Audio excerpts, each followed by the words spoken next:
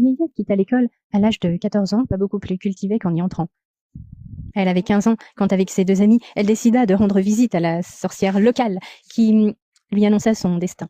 Elle ferait un mariage malheureux en France avant d'épouser un homme très brun, peu fortuné, qui remplirait le monde de sa gloire et ferait d'elle plus qu'une reine. En dépit de cela, elle mourrait malheureuse et regretterait souvent la vie facile qu'elle menait en Martinique. Âgée de 16 ans, à peine éduquée, jolie et irréfléchie, Yeyette ne pensait qu'à une chose, son prochain mariage avec Alexandre de Beauharnais. C'était un homme svelte et beau, à la mâchoire puissante, à la fois langoureux et agressif.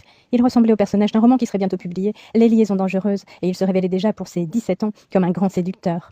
Il considérait que le monde était là pour qu'il en jouisse. Juste avant que Yeyette ne quitte la Martinique, en août 1779, il écrivit à sa belle-mère qu'il partait à la campagne avec l'épouse d'un sous-lieutenant de marine, une femme charmante. Converser ne faisait pas partie de son programme. Entre guillemets, je compte y passer 2 jours, et durant ce peu de temps, je mettrai bien tout en usage pour réussir. Il y parvint. Âgée de 29 ans, sa nouvelle maîtresse, Marie-Françoise Laure de Girardin de Montgéral, épouse de M. de Lomprey, venait d'une famille martiniquaise et avait un enfant. Élégante et fantasque, elle avait fasciné son jeune amant. Captivé par la conversation de Laure, grisé par son expérience sexuelle, c'est à peine s'il pensait à la jeune fille qui avait entrepris un long voyage pour le rejoindre. Aux yeux d'Alexandre, l'amour était synonyme de sexe et de conquête, et la vie tournait autour du plaisir. Enfant gâté et très choyé, Alexandre avait été élevé par son père et Edmé, dans l'idée que son destin le prédisposait à la grandeur. Il avait vécu à la Martinique jusqu'à l'âge de 5 ans, avant d'être envoyé en France auprès d'un père indulgent et de sa maîtresse. À 16 ans, Alexandre acheva son service d'officier dans le régiment d'infanterie de la Sarre, commandé par le duc.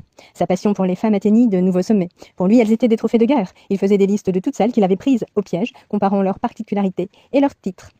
Stationné à son unité, il séduisait les femmes du village et les épouses des membres de son régiment.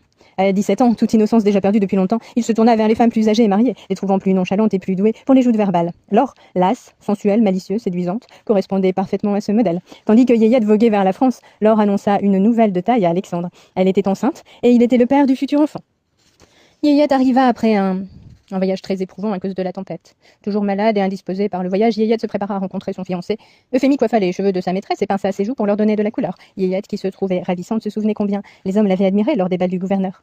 Dès qu'elle aperçut Alexandre, elle fut charmée. 19 ans, bel homme, il resplendissait dans son uniforme blanc, aux boutons et revers argentés. Contrairement au père de Yeyette, à l'allure peu soignée, il était élégant, ses cheveux parfaitement poudrés, tirés en arrière sur la nuque. Elle aimait ses yeux d'un bleu perçant et son nez proéminent. Tout chez lui correspondait au canon de la beauté masculine de l'époque, sauf sa taille, plus petite que la moyenne.